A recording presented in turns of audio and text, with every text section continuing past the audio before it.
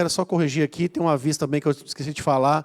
Lá no final vai ter uma cantina do departamento infantil. É um bolo, da cheia de criança, uma cantina lá. No final vai ter uma cantina lá. Oi? Salgado? Da cantata? Pronto. É isso aí. Está aí atrás aí. Então você vai... O pessoal não decide, né? Falou que era bolo, agora é salgado. Daqui a pouco é uma picanha. Se for muito come, né? Glória a Deus. Nisto, porém, que vos expus, vos prescrevo, não vos louvo. Então, o apóstolo Paulo está falando aqui no capítulo 11, para aquela igreja, a igreja de Coríntios, para alguns comportamentos dele, dizendo, nisso, porém, que vos prescrevo, não vos louvo, porquanto vos ajuntais, não para melhor, e sim para pior. Porque, antes de tudo, estou informado a haver divisões entre vocês, quando vos reunis na igreja, e eu, em parte, o creio, porque até mesmo importa que haja partida entre vocês, para que também os aprovados se tornem conhecidos em vosso meio. Quando, pois, vos reunis no mesmo lugar, não é a ceia do Senhor que estão comendo, porque ao comer, cada um toma antecipadamente a sua própria ceia, e há quem tenha fome, ao passo que há também quem se embriague. Então, é uma advertência bem dura desse apóstolo. Ele tinha autoridade para isso, porque ele era o fundador daquela igreja, a igreja de Coríntios. E ele, sabendo de alguns relatos que estavam acontecendo naquela igreja, ele vai trazer uma advertência sobre alguns comportamentos no meio daqueles cristãos. E um deles é, quando você se reúne, não é para melhor, mas para pior. Então, como é que pode uma igreja se reunir para pior e não para melhor? Ao passo que o ajuntamento, né, toda vez que a Bíblia, em muitas passagens, mostra o ajuntamento, a comunidade, a coletividade, milagres aconteciam, prodígios aconteciam, coisas maravilhosas aconteciam na igreja, amém? Manifestações, né? A igreja de Atos tinha isso muito bem firme, né? A igreja no início, eles eram firmes na doutrina, uma identidade doutrinária forte, eles oravam juntos, geravam juntos, comiam pão juntos, com singeleza e com alegria de coração, amém? Estavam em casa, visitando. Agora, passou algum tempo, né, a igreja de Coríntios estava perdendo essa essência do que é ser igreja.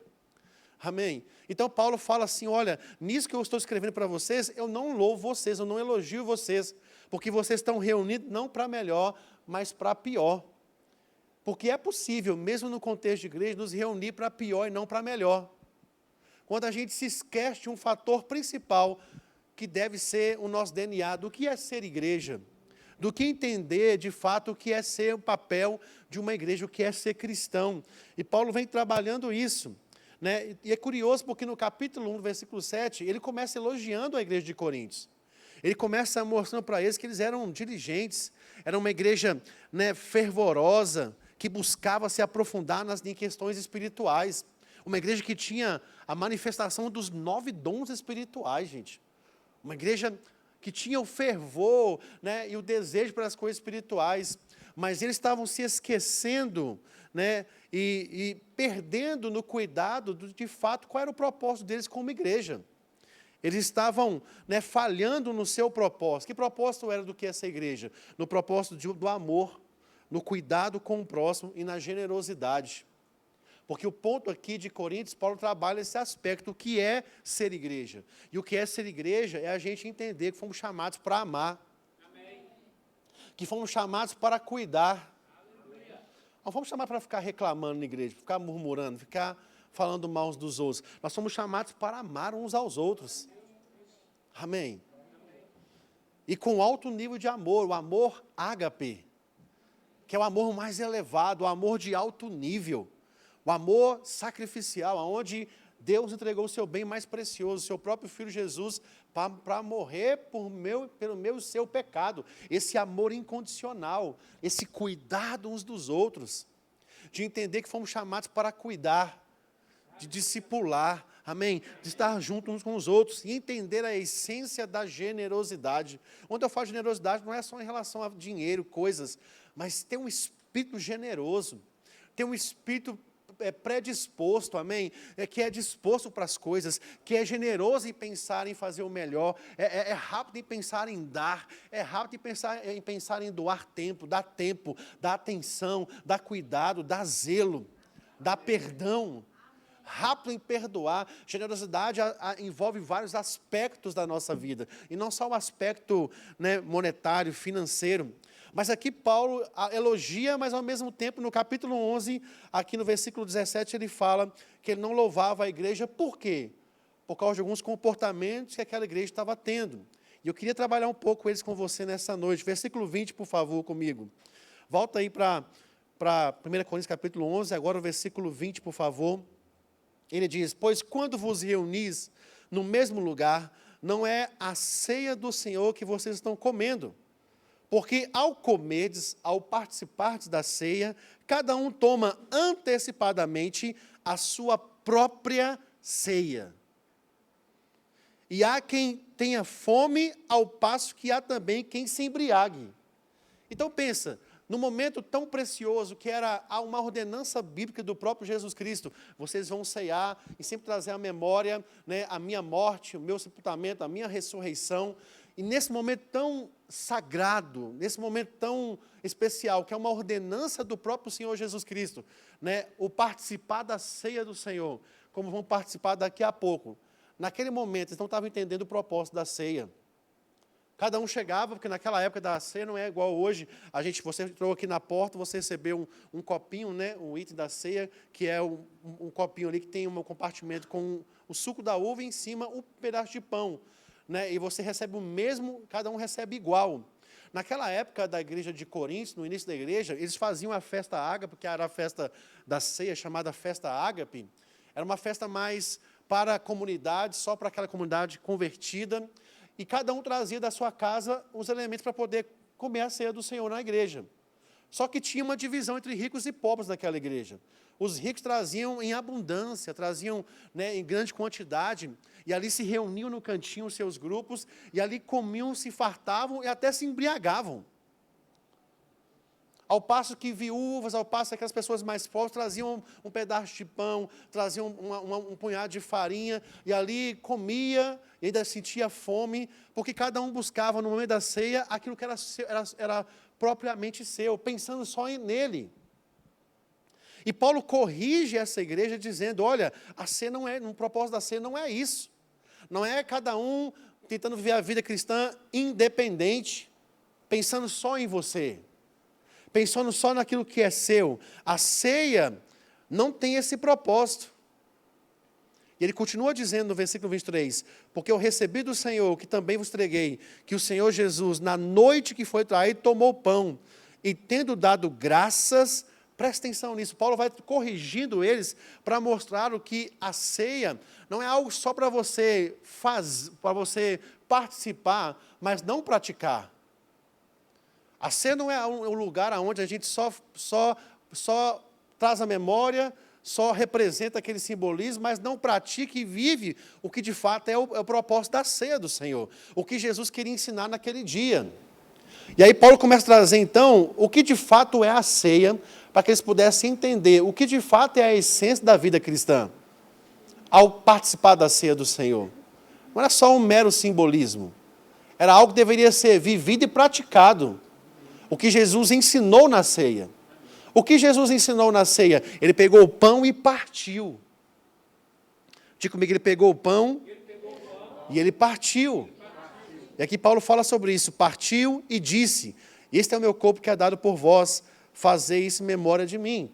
Sabe, quando Paulo ensina esse princípio na ceia, é para nos mostrar que a vida cristã deve ser partilhada.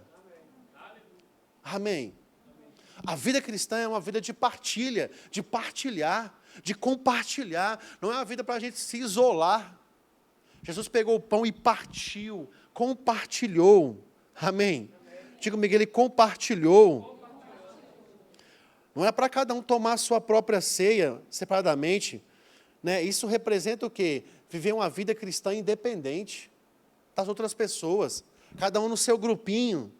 Cada um encostava no grupinho ali, fazia a sua própria ceia, não se importando com o vizinho. Tinha ali a viúva, tinha ali o pobre. E visualmente você podia enxergar essa divisão de abundância de bens no momento da ceia, mas ninguém se importava com ninguém. A igreja não pode ser assim. Amém? A igreja precisa entender que a igreja é o lugar onde a gente deve o quê? Repartir o pão com o próximo. Isso fala de pensar no próximo. Isso fala de ter cuidado com o próximo. Isso fala de ter o olhar no outro e não somente naquilo que é meu propriamente. Isso é o sinônimo da ceia. Isso é o significado da ceia, amém? Isso é o propósito real. A essência do Evangelho é repartir. Em toda a essência do Evangelho, em toda a história bíblica da Nova Aliança, você vai ver a igreja partilhando, repartindo. Amém? Ela amando, cuidando, sendo generosa. E esse é o propósito da ceia do Senhor. E era isso que aquela igreja não estava entendendo. Cada um no seu cantinho, cada um no seu grupo, cada um pensando só em você, nele mesmo. Mas Paulo diz, não, a vida cristã não é ficar pensando, não é ficar vivendo a vida cristã independente das outras pessoas. Não, somos parte de um corpo. Estamos ligados, ajustados uns aos outros, como um corpo humano. A mão não pode dizer que é mais importante do que o pé, do que a orelha. Eu sou mais importante que você porque eu sou mais útil. Não, todo o corpo humano, a estrutura humana, ela é importante. Desde da mão, do pé, do braço, do ouvido, da boca, do nariz. Qualquer parte do corpo humano é importante. Você experimenta isso quando você bate o dedinho do seu pé numa quina de uma porta, de um móvel. Você bate forte ao ponto de você ter que isolar aquele membro e aquilo fica dias doendo e você vê o quão um membrozinho que você nunca pensa nele, não ora por ele às vezes, orar pelo seu dedinho do pé, obrigado pelo meu dedinho do pé. Ninguém ora isso porque ninguém nem pensa nisso. Mas quando você machuca ele, você entende o quanto ele é importante. Sabe, cada membro do corpo de Cristo é importante. Sabe, a ceia nos traz essa essência, esse propósito de repartir dons, repartir alegria, repartir força um com o outro, repartir generosidade, repartir amor, cuidado, repartir maturidade. Os mais fortes cuidando dos mais fracos. E não sendo mais fracos com eles. Não descendo ao nível dos fracos, amém? Mas pelo contrário, descendo ao nível do fraco para pegá-lo, amá-lo, cuidar, tratar e levá-lo para um nível saudável, de saúde, amém? De cuidado, de amor, de amparo. Esse é o propósito da ceia do Senhor. Amém? Paulo vem tratando sobre isso. Eu gosto de pensar em Tiago, capítulo 1, versículo 27. Abra comigo em Tiago, capítulo 1, versículo 27, por favor. É bem curioso, porque Tiago trata um tema bem polêmico, e ele fala sobre a verdadeira religião aqui, amém? Qual é a verdadeira religião? Às vezes nós estamos no outro extremo de não querer ser religioso. E acabamos por perder a essência do que a religiosidade pode promover. Às vezes temos que voltar a ser um pouco mais religiosos, no bom sentido da palavra. Você está me entendendo? Estou sendo claro nessa noite? Porque às vezes a gente tem muita resistência de dizer, não, nós não somos religiosos. Mas às vezes o religioso está praticando mais coisa espiritual do que a gente que não é religioso. Então às vezes temos que voltar a ser um pouco religioso em algumas coisas. E aqui Tiago fala da verdadeira religião, pura e sem mácula. A religião pura e sem mácula. Tiago 1, 27. Para com o nosso Deus e Pai é. Qual é a religião pura e sem mácula para com o nosso Deus e Pai? É visitar os órfãos e as viúvas nas suas tribulações. Amém? E assim mesmo guardar-se incontaminado do mundo. Então tem duas instruções acerca daqui da verdadeira religião que cada um de nós devemos praticar.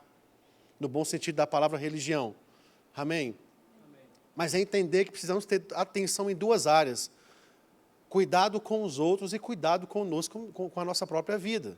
Em primeiro lugar, cuidado com os outros. E Tiago define o que é um cuidado importante para Deus, assistenciar as viúvas e os órfãos nas suas tribulações. Sabe, as pessoas que sabemos que estão desprotegidas, que são menos favoráveis, por assim dizer, que estão vivendo tribulação, qual tem sido o nosso olhar em relação a elas? Qual tem sido a nossa atenção em relação a elas? Uma pessoa que às vezes não tem um marido, uma pessoa às vezes que é viúva, ela adoece, eu passo por uma cirurgia, qual tem sido a nossa atenção em relação àquela pessoa?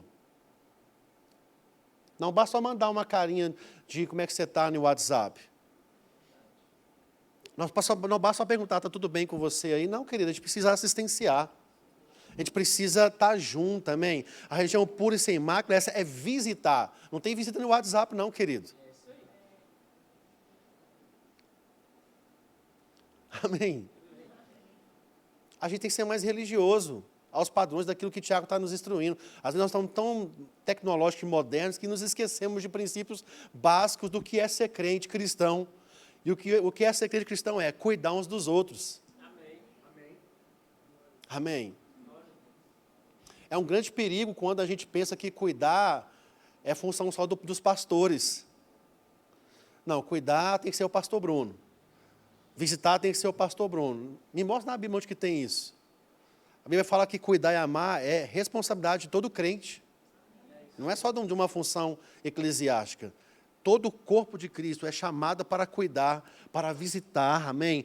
Essa é a verdadeira religião e pura, visitar os órfãos nas suas tribulações, viúvas e órfãos. Está falando daqueles menos protegidos. Amém? De a gente ter atenção na necessidade das pessoas. Esse é o primeiro princípio do que é de fato uma religião que agrada a Deus, um comportamento que agrada a Deus. A gente ser rápido em pensar, uma pessoa está necessitada, uma pessoa precisa de uma visita, vamos ser rápidos para mobilizar e fazer isso. Me preocupa quando a gente tem um necessitado e a gente olha e diz, não tem agenda para essa semana. Como assim uma pessoa está em dificuldade, eu não consigo me organizar na semana para visitar alguém? Como assim, gente? O que está acontecendo com a nossa vida cristã? O que está acontecendo com a nossa espiritualidade? O que está acontecendo, querido, com a nossa, de fato, sensibilidade para a essência do que é verdadeiramente o Evangelho? Ao ponto da gente não ter tempo, não, daqui a 15 dias eu vou te visitar. Tudo bem aí, gente? Daqui a 15 dias eu vou te visitar. Daqui a 15 dias a pessoa pode morrer para a glória. Sabe, precisamos ser mais cuidadosos com isso. Porque a Bíblia fala que a verdadeira religião é visitar os órfãos e as viúvas nas suas tribulações. Quando fala tribulação, fala de algo que é emergencial, de algo que é uma necessidade urgente. Tribulação você não coloca na agenda, está tribulado, daqui a 20 dias, mês eu vou te visitar. Não, querido, tribulação é algo que está batendo na porta, é uma necessidade, é um problema. E nós precisamos ser rápidos como igreja, como corpo, para suprir aquilo. Isso é mensagem para a ceia do Senhor. Se você não está gostando, eu não posso fazer nada com você. É a palavra de Deus. Visitar os órfãos, amém? As viúvas nas suas tribulações. Sabe, a ceia fala sobre isso, de você amar, de você cuidar, de você compartilhar, repartir. Principalmente, algo que é tão difícil nesse tempo moderno, a atenção. E as pessoas estão tão machucadas por causa de falta de atenção. As pessoas estão tão fechadas, se fechando em camadas de mágoas, de problemas por causa de falta de atenção. Sabe, nós estamos aqui como respostas para isso. Nós somos aquela faca tramontina que arranca as camadas da cebola. Não é assim? Às vezes vai chorar, porque vai dar trabalho você cuidar de alguém que está atribulado. Igual você cortar uma cebola, você vai cortando a cebola e a lágrima vai descendo. Não é assim? Porque aquilo te afeta. Mas cada vez que você tira, amém, camadas, aquilo vai trazendo saúde para aquela pessoa. Vai trazer de novo equilíbrio. Nós não podemos deixar uns aos outros soltos demais. Algo que me chama a atenção é a igreja moderna não quer congregar e a gente tem dificuldade. Eu, como pastor, às vezes coloco força. Vem no domingo 2 vezes no culto. E é uma luta, irmão. Eu já ouvi tanta coisa por causa disso. De afronta mesmo, de dificuldade, de não entender. E você olha para a igreja de Atos. Todos os dias estavam juntos. É uma coisa diferente. Tem uma coisa anormal do porquê lá tinha um prazer de estar todos os dias juntos e hoje na nossa igreja moderna, quando eu falo aqui, não é só Santa Mônica, eu falo no geral, amém? A gente tem essa dificuldade hoje. Por que será? porque às vezes a gente está se esquecendo daqueles princípios básicos do que de fato a igreja deve ser e deve desenvolver como seu papel principal. Ser um agente transformador de pessoas. Amar as pessoas. Ser generosa com elas. Amém? Estar junto. Sabe, nesse ambiente, a Bíblia diz que milagres vão acontecer. Nesse ambiente, a Bíblia diz que milagres vão acontecer.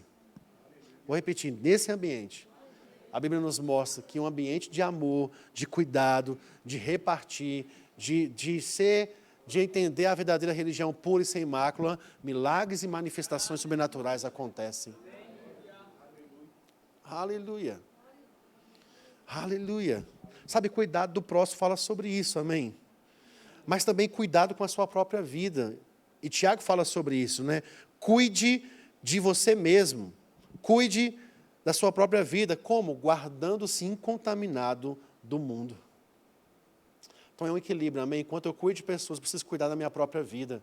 Cuidar da minha santidade. Cuidar da minha espiritualidade. Amém? Você que é jovem, a Bíblia diz, o jovem cuida das coisas do Senhor. Amém? A gente vê hoje a geração jovem cuidando de tudo, menos das coisas do Senhor. Tempo para tudo, mas menos para as coisas do Senhor. Sendo que nessa estação, Deus está dizendo, o jovem cuida das coisas do Senhor. O casado cuida e cuidar do seu cônjuge e também do Senhor. Ele está dividido, como Paulo diz, a Bíblia diz. Mas o solteiro tem que cuidar das coisas do Senhor, ser apaixonado pela igreja, apaixonado pela obra do Senhor, apaixonado pelas coisas espirituais, apaixonado por ter tempo, amém? Ter prazer estar nas coisas espirituais. Amém. Meu Deus do céu. Jesus amado, você está assim para mim hoje.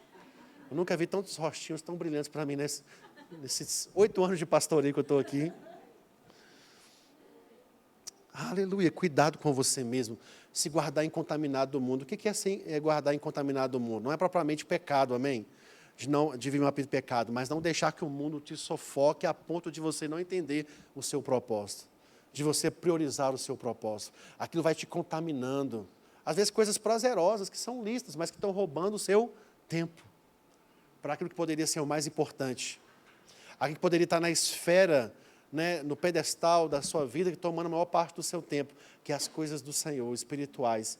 Enquanto você faz as coisas naturais, enquanto você trabalha, enquanto você empreende, enquanto você faz a sua faculdade, que é lícito, enquanto você investe nos seus cursos, mas ao mesmo tempo, você colocando no pedestal aquilo que é mais importante, o próprio Deus, e o chamado que Ele tem para a sua vida.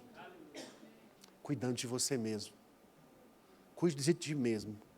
Como é que você tem que cuidar da sua própria vida? Você precisa entender que a ceia do Senhor fala sobre isso. E Paulo fala sobre discernir o corpo de Cristo. Né? Ele volta comigo para o versículo 1 Coríntios, capítulo 11. Deixa eu achar aqui.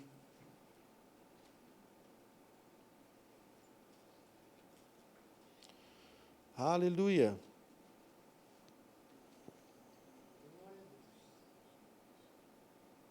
Deixa eu achar aqui, só um minuto, abrindo aqui no meu... Aleluia, nós vamos cear daqui a pouco, amém? Aleluia. Olha o versículo 21 comigo, por favor, 1 Coríntios 11, versículo 21. Porque ao comerdes, cada um toma antecipadamente a sua própria ceia, e há quem tenha fome, ao passo que há também quem se embriague. Não tendes, porventura, casa onde comer e beber? É uma correção bem dura, não é, gente? Meu Deus do céu. Ou menosprezais a igreja de Deus e envergonhais os que nada têm? Que vos direi? Louvar-vos-ei nisto? Certamente não vos louvo, porque eu recebi do Senhor que também vos entreguei, que o Senhor Jesus, na noite que foi traído, tomou o pão, e tendo dado graças, o partiu e disse, isso é o meu corpo que é dado por vós, fazei isso em memória de mim.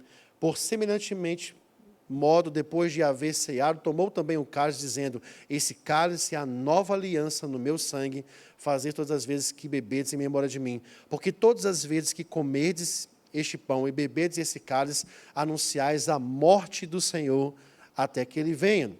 Por isso, aquele que comeu o pão e bebeu o cálice do Senhor indignamente, será réu do corpo e do sangue do Senhor. Examine-se, pois, o homem a si mesmo, e assim como do pão e beba do cálice. Amém? Ele fala sobre a gente discernir o corpo. E o que é discernir o corpo, amém? É quando estou ceando com o meu irmão e eu devo fazer junto com ele e não separado dele. Então a ceia do Senhor nos aproxima.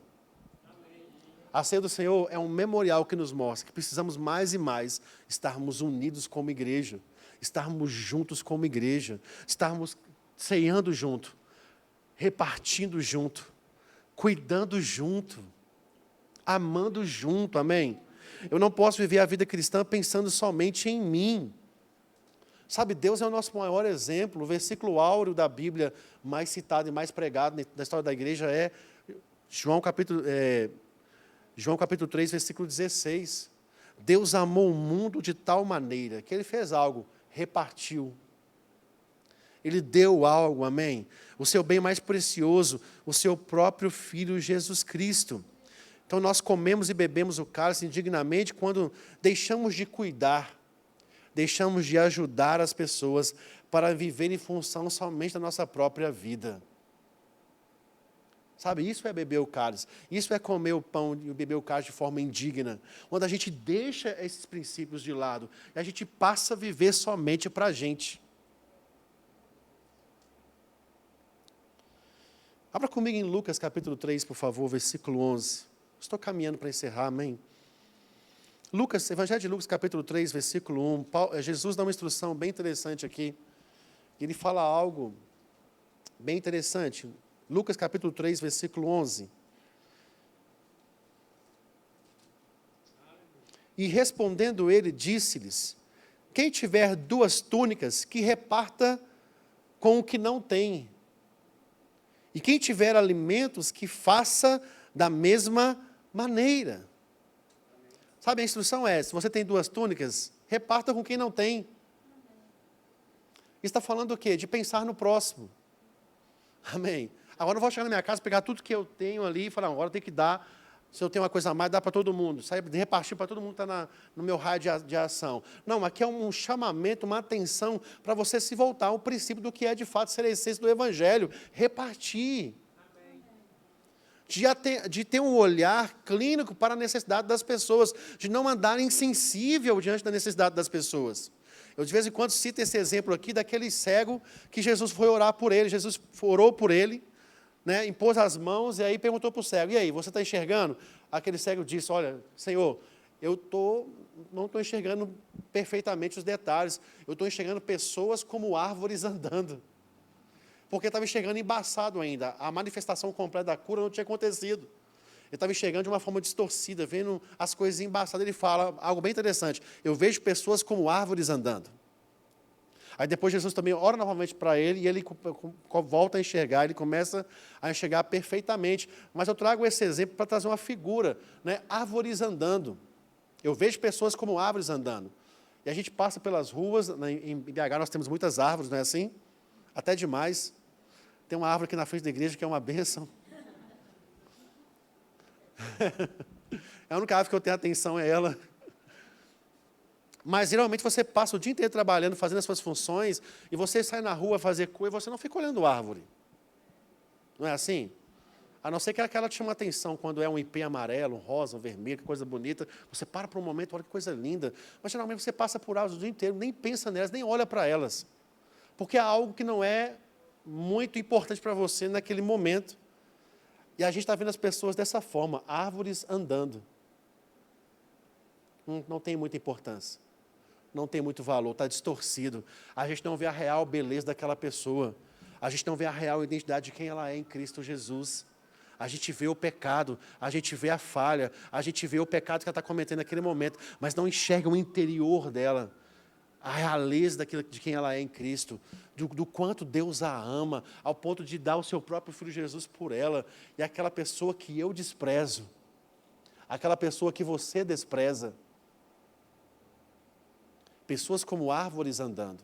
Nós estamos assim hoje, na vida cristã, vendo pessoas como árvores andando, não tem muito valor, está lá, passando por nós, problemas, está gritando nos problemas, e a gente está pensando em nós mesmos. Isso é comer o pão e beber o cálice de forma indigna, porque a gente está vivendo a vida cristã para nós mesmos, e não atentando para esses cuidados. Se tem 2 túnicas, reparte a uma que você tem.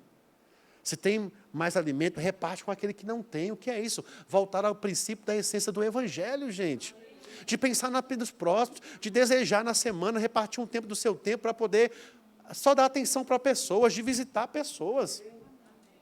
E não é muito, você pode fazer pelo menos isso aqui no contexto da igreja. Visitar um irmão que você sabe que está fraco, desanimado, que não tem vindo, e você parar e pensar, vou ligar para aquela pessoa. E às vezes o Espírito está gritando no nosso ouvido, trazendo pensamentos sobre alguém, a gente está lá, por que eu estou pensando em fulano? Será por quê, gente? Por que essa pessoa está vindo na minha memória constantemente? E o Espírito Santo às vezes está tendo que gritar nos nossos corações, para a gente poder voltar a atenção para alguém, a gente está só ocupado com as nossas vontades e prazeres. Vai comigo para Provérbios 19, 17, por favor. Eu vou ler esse versículo e mais um, e a gente vai para a ceia agora. Amém? Momento da ceia, glória a Deus, aleluia. Provérbios 19, 17, por favor. Olha o que o autor de Provérbios fala de algo que precisa ser uma atenção para mim e para você. E às vezes desprezamos muito o não praticar isso, amém? O viver isso. Olha o que ele diz aí. Quem trata bem os pobres, empresta ao Senhor. E Ele, o próprio Deus, recompensará. Veja o cuidado, o amor, o zelo que Deus tem pelos necessitados. Por aqueles que não têm o que eu e você temos. Por aqueles que não carregam o que eu e você carregamos. Deus, Ele tem uma expectativa muito grande no que Ele depositou dentro de mim, dentro de você, a ponto de dizer, olha, aquele que trata bem o pobre, empresta ao Senhor. Deus se liga a você numa responsabilidade tamanha, quando você olha para os necessitados, quando você pensa nos necessitados, quando você tem desejo de dizer, eu quero suprir a necessidade de alguém hoje. Eu quero acordar. Quem será? Sabe quem? Será que nós fazemos essa oração todos os dias pela manhã? Senhor, muito obrigado por esse dia. Senhor, eu quero suprir a necessidade de alguém hoje. Será que nós oramos assim? E Deus tem muito desejo por isso, porque Ele fala, quem trata bem ao pobre, Ele diz, está emprestando a Ele mesmo, ao próprio Deus. Já parou para pensar que o que o provérbio fala aqui é muito forte, gente? Acorda o seu vizinho e fala assim, acorda nisso aí, que isso é muito forte. Fala, é forte, Brasil. Quem trata bem o pobre, empresta ao Senhor, e Ele o recompensará. Isso quer dizer que se você tiver atenção pelos necessitados, o próprio Deus diz, eu estou te devendo. Me entenda quando eu falo isso, amém? Mas o próprio Deus está dizendo, olha, eu vou te recompensar, eu tenho prazer nisso. E é tão simples, gente, a gente poder separar um tempo para cuidar dos mais necessitados. É tão simples a gente poder tirar um tempo do nosso dia, para poder ligar para alguém, para poder pensar em alguém, levar algo para alguém. Amém? Vai comigo para Mateus, meu último versículo nessa noite. Mateus capítulo 25, versículo 35. Você está recebendo algo nessa noite, querido? Glória a Deus. O título dessa mensagem é, seja mais religioso. Amém. E você entende quando eu falo seja mais religioso, amém? No bom sentido da palavra, nos princípios que deve ser a verdadeira religiosidade, que é pura e sem mácula, como o Tiago diz. Mateus 25, versículo 35, você achou? Amém. Ele fala, pois eu tive fome e vocês me deram de comer. É Deus falando, Jesus falando para aqueles que supriram as necessidades das pessoas. Tive sede e vocês me deram de beber. Fui estrangeiro e vocês me acolheram. Necessitei de roupas e vocês me vestiram. Estive enfermo e vocês cuidaram das minhas feridas. Estive preso e vocês me visitaram. E aí então os justos vão lhe dizer e responder, Senhor, espera aí, mas quando é que te vimos com fome e te demos de comer? Ou com sede e te demos de beber? Quando é que te vimos como estrangeiro, próprio, ó Senhor, e te acolhemos, ou necessitado de roupas, te vestimos? Sabe, isso aqui é bem interessante, porque Deus está trazendo para mim e para você um equilíbrio em o que é de fato viver a vida cristã. Porque às vezes eu quero ser muito espiritual, pensando só em Deus, e se esquecendo que Deus está em cada pessoa. Às vezes eu quero agradar muito a Deus, eu quero uma comunhão espiritual gigantesca com Ele, eu quero experiências sobrenaturais com Deus, eu quero amá-lo, agradá-lo, servi-lo, fazer coisas para Ele, jejuns prolongados, e glória a Deus, tudo isso é bênção, mas esquecemos daquilo que é básico. Amém? E Jesus traz aqui o equilíbrio para esses discípulos, e eles não estavam entendendo, peraí, quando é que a gente vestiu, quando você estava sem roupa? Como assim? Próprio Rei dos Reis, Jesus sem roupa? Como assim? Quando é que Deus teve fome? Quando é que é isso? E aí ele responde a essas pessoas, o equilíbrio. Ele fala, o rei respondeu, digo a verdade, o que vocês fizeram, algum dos meus menores irmãos a mim fizeram. Sabe quando você pensou naquela pessoa e dá aquela roupa para ela, e você supriu a necessidade dela, você estava vestindo o próprio Senhor. Quando você pensou em levar uma cesta, pensou em levar um alimento, pensou em cuidar daquela pessoa, você estava, por assim dizer, cuidando do próprio Senhor. Porque Deus estava naquela pessoa. Deus está em cada um de nós, amém? Sabe, quando fazemos para o nosso irmão, fazemos para Deus. É muito sério isso, gente. Eu lembro quando Paulo, que ainda era Saulo, perseguindo a igreja, ele vai para Damasco, pegou cartas e começou a perseguir os cristãos. E o próprio Jesus teve que parar ele, por causa da intensidade do coração dele em querer destruir a igreja. E o próprio Jesus para ele naquela estrada e diz assim, olha, Saulo, Saulo, por que você me persegue? Ele não diz, Saulo, Saulo, por que você persegue a minha igreja? Por que você persegue os meus discípulos? Não, Jesus disse, você está me perseguindo, Saulo. Espera aí. Saulo nem conhecia Jesus praticamente, nunca viu Jesus. Mas Saulo estava perseguindo quem? A igreja. Mas quando mexia com a igreja, mexia com o próprio Jesus. Porque Jesus é o dono da igreja. Ele é o dono da igreja. Ele é o Senhor da igreja. Amém. Sabe, e pelo outro lado também é a mesma coisa. Quando a gente assistencia alguém, quando a gente ama alguém, quando a gente cuida de alguém, nós estamos cuidando daquela pessoa, mas não só ela, mas a gente está fazendo isso para o próprio Deus. Nós precisamos ter mais cuidado com isso, gente. Nós precisamos ter mais atenção para essas coisas. A vida está cada vez mais nos apertando para um individualismo, para um egoísmo, para uma cultura do próprio eu, do nosso próprio corpo.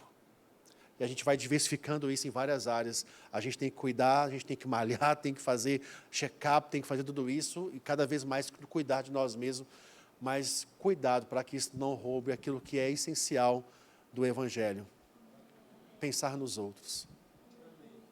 E não pensar só em nós mesmos. Você pode ficar de pé comigo? Nós vamos participar da ceia do Senhor. Aleluia. A Bíblia diz em Gálatas capítulo 6, versículo 2, levai as cargas uns dos outros, e assim cumprireis a lei de Cristo. Amém. Sabe, querido, nós que somos fortes aqui, estamos fortes. Nós precisamos cuidar dos fracos. Você é forte por quê? Para carregar a carga um do outro. Eu vou confessar algo para você na minha intimidade familiar, né? De vez em quando, às vezes fico com preguiça de carregar uma coisa pesada, eu falo, Fábio, carrega isso aí. E só eu faço aqui, amém? Graças a Deus. Já fiz isso aqui alguma vez. Ela fala, não, você que é o homem da casa, você é mais forte. Sua estrutura é mais forte. Eu falo, é verdade mesmo. Aí eu repenso e falo, não, de fato, eu tenho que carregar esse negócio aqui mesmo. Sabe, espiritualmente é a mesma coisa. Nós precisamos entender que, porque somos mais fortes, nós podemos cuidar dos mais fracos. E não ficar reclamando, não ficar vivendo como fraco. Mas cuidar dos mais fracos, cuidar dos órfãos, das viúvas, daqueles que precisam daquilo que nós temos hoje. Nós temos para dar, diga eu tenho para dar. Sabe, nós precisamos sair do lugar de vítima. Às vezes, como cristãos, nós somos muito vitimistas. Sabe, eu dou a história da igreja, eu dou uma matéria no nosso assentamento bíblico Rema, que é chamada História da Igreja. E quanto mais você estuda essa matéria, mais isso te choca, porque você vai ver que os cristãos, nos momentos piores dos seus contextos, de tanta perseguição, de crueldade, de tortura, de mortes mais brutais, eram os momentos que os cristãos eram mais fortes, eram mais fervorosos. Eram cristãos inquebráveis. Eram homens que não negavam nada, viviam uma vida cristã fervorosa. A ponto de um homem, um pai da igreja, ser preso e levado para ser queimado vivo. E ele vai diante da multidão. Eles vão dizer: olha, você nega Jesus ou você vai ser queimado vivo.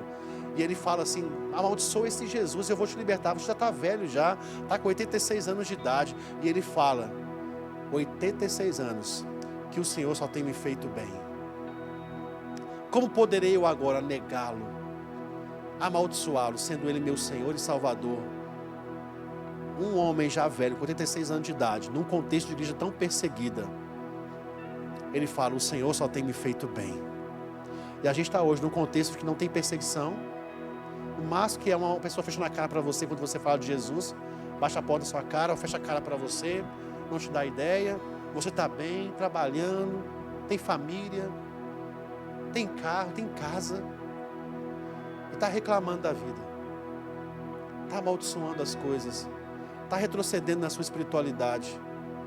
É vergonhoso para a gente olhar para a história do passado e ver homens e mulheres que não tinham nada, perdiam as suas casas, perdiam os seus bens, perdiam as suas famílias, mas não negavam a Jesus, não negavam o seu fervor. E por tão menos hoje a gente pega e nega a Jesus. A gente para de vir na igreja, a gente fica pulando igual macaco de galho em galho. Essa igreja não está boa, vou para outra. Lá daqui a um tempo vai ter decepção lá, pula para outra. E aí fica nesse ciclo interminável, vicioso. Que na verdade o problema não é os outros, é você mesmo, que não tem tido cuidado com a sua própria vida espiritual. O cuidado em ser um crente fervoroso, um crente inquebrável. Entender que Jesus é o seu bem mais precioso. Pega esse pão aí, pega esse cálice, que eu chamar minha esposa, que vamos participar juntos agora. Eu creio que você pegou um pouco nessa noite do que de fato é a verdadeira ceia do Senhor. Amém. A verdadeira ceia do Senhor não é ficar evocando pecados. Não, ao contrário, a ceia do Senhor, ela foi estabelecida para poder te lembrar que Jesus perdoou os seus pecados, que Ele morreu na cruz por você, para que você não precise mais ficar nessa condição, de que Ele agora deu a sua própria vida para você viver a vida que Ele conquistou para você. Amém. Isso é o propósito da ceia. Não viver a vida cristã independente das pessoas, mas repartido com elas, amando, cuidando, se importando. Isso é a ceia do Senhor.